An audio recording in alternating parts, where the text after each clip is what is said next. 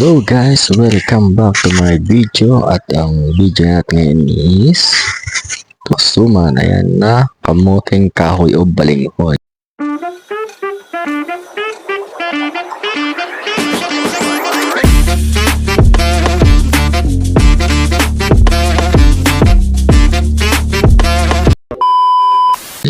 Bali guys, yan nga po pala yung balinghoy na hiniwalay na natin yung kanyang sabaw. Ayan guys, yan yung kanyang sabaw kasi pag di natin tinanggal yan, sobrang pait niyan pag gagawin natin siya suman. Bali guys, yan ay dinudurog muna natin para maging pino yung balinghoy para pag sinalang natin sa is talaga napakasarap. Siyempre dudurog-durogin lang natin siya guys ng ganyan, ng pino, para yung mga buo-buo is kadurog, malamang kaya nga dudurugin, di ba? Ayan guys, ang next na recipe natin is ang hindi mawawala na gata na nyug. Yung bali nagkakayod nga pala si boss bato ng ating nyug. Ayan, kaya medyo bibilisan ko na lamang yung ating pagkakayod. Let's go!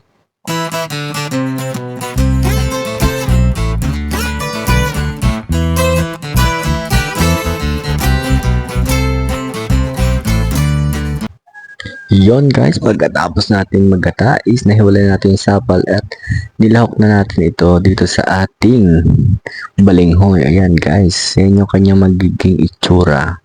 At saka tinamplahan na natin yan, nilagyan na rin natin ng mani and asukal para mas lalong masarap pag ito'y naluto na. Ayan, tingnan nyo na lang guys yung pinaka-finished product once na naihalo na natin yung gata at balinghoy. Ayan, pagkatapos nyan guys, ang gagawin natin yan is halo-haloin lang natin siya guys para mas lalong mag-mix yung hinalo natin na ingredients na asukal and mani para mas lalo siyang sumarap. Ayan guys, tingnan natin ulit dito. Ayan, halo-halo na yan. Tingnan nyo, napakasarap niyan guys. And then, syempre, ang next natin is ayan, next process natin is kukuha na tayo ng dahon ng saging at ito ay papantay-pantay natin guys kasi sisimulan natin siyang ibalot. Ayan, tingnan nyo lang guys yung ginagawa ng aking pinakamagandang tiyahin dito sa Binavista, Quezon. Ayan, bali, kailangan kasi niyan is pantay-pantay yung sukat niya para pagsalang dun sa ating kaldero or kawali na may tubig is hindi siya magbuhag-buhag. Ayan guys.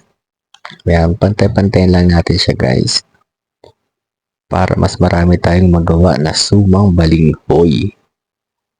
Ayan, napakasarap yan guys pag naluto na.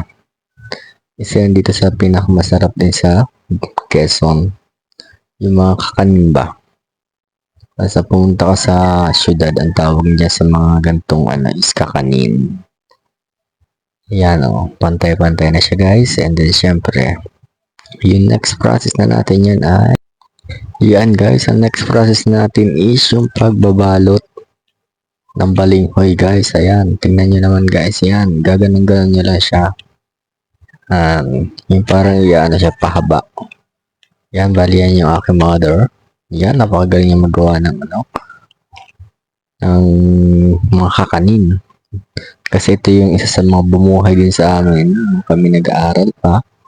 At ito binibenta namin. At yung nabibenta namin dito guys is pinapambili namin ng bigas at ulam. Ayan. Kumbaga, nung bata pa lang kami talagang nasa lahi na yung pagiging negosyante. Ayan guys, yung aking tita. Tsahin ko yan sa Binavista, Quezon. Ayan.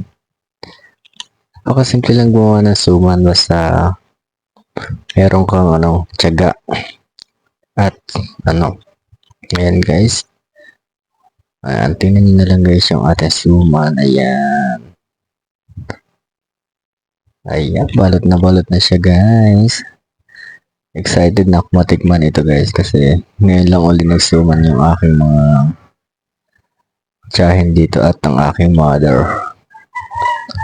Ayan, may isa pa nga pala yung yung isang style yung balinsuso. Bali next next video yun yung ating gagawin.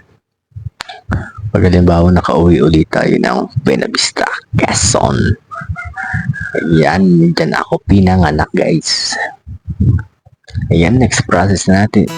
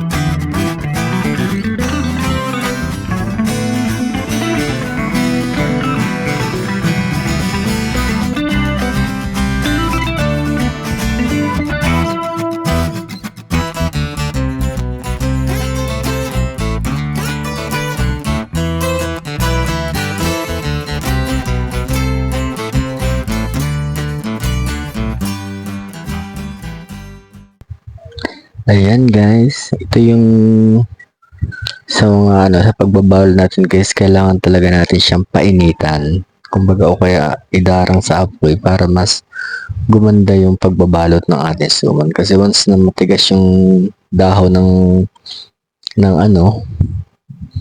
saging is hindi siya magiging dasik at maaari siyang hindi maluto once na sinalang natin sa kaldero or kawali natin paglulutuan ng ating suman guys. Ayan, tingnan nyo.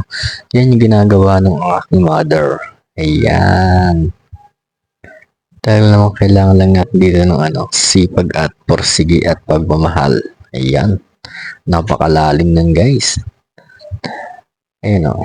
Ayan, babalik-balik din mo lang siya hanggat sa pikita nyo naman yung parang may puti-puti. Ayan. Na siya. Yan. Tingnan mo guys. Ayan. And bali yung next process na natin guys is yung pagtatali niya guys. Ayan. Eksperto tayo dyan. Ayan ang sinatawag natin na mag-asawang suman. Ayan. Tingnan nyo lang guys. Ayan. Kumbaga magkadikit sila. Ayan. Once na luto yan guys, napakasarap niyan. Ayan, tingnan mo yung process niya. Ayan, dahan-dahan lang kasi ng pagkatali guys. Baka biglang mapahigpit or madasik. Baka hindi maluto masyado. Ayan, nakagawa na ng isang ating mother. Ayan guys, bali yung ating pangalawang natin dyan is, yan, ganun lang siya. Ganun guys, yan yung ating next process yung pagtatali ng suman. Yan ay tinatawag natin na mag-asawang suman.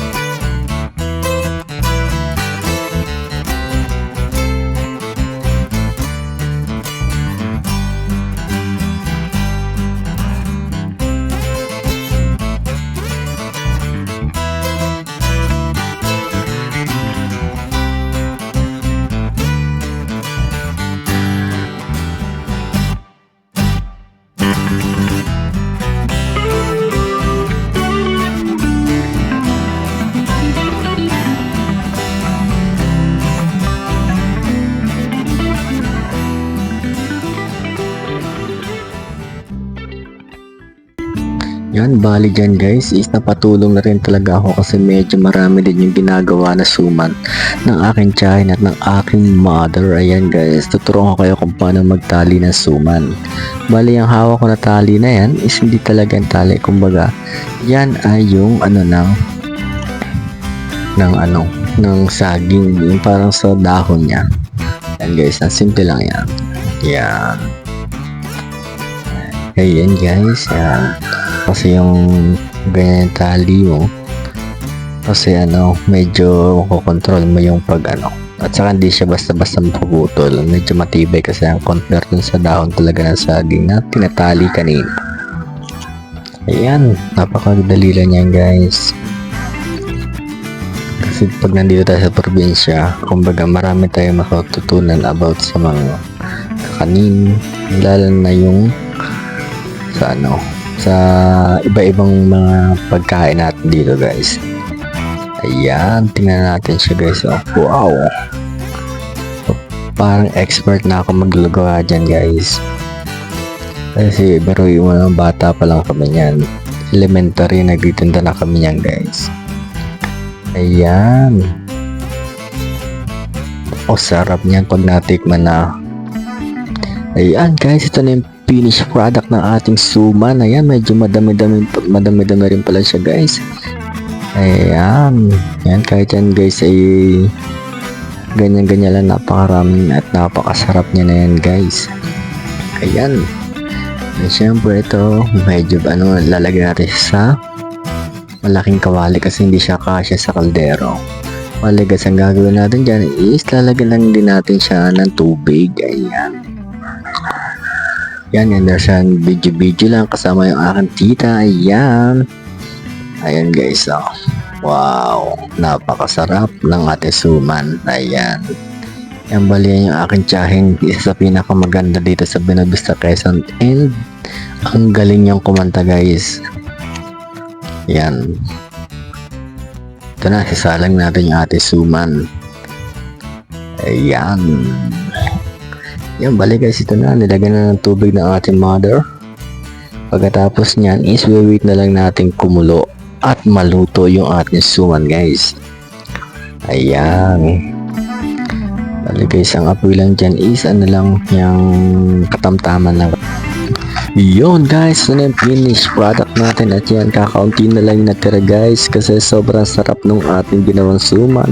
And then tingnan nyo na lang itong aking isa sa mga kinain kanina. Ayan guys, oh, talaga super solido niya guys. Oh, ayan, kahit ako lang mag-isa ang nagbibideo guys, is kailangan talaga natin ipakita yung finished product natin na suman guys. Ayan, papabidyo muna tayo kay mother. Buti dumating si mother Lily. Ayan guys, tingnan nyo naman yung texture ng suman, ay talaga napakasolido guys. Ay talaga kung sa Batangan niya ay kasarap. Ayan guys, tingnan mo. Super sarap talaga niyan guys. And wala na kayo masabi niya kasi may mani yan guys. Ayan, thank you for watching guys, and don't forget to share, like, and subscribe my channel. Thank you so much.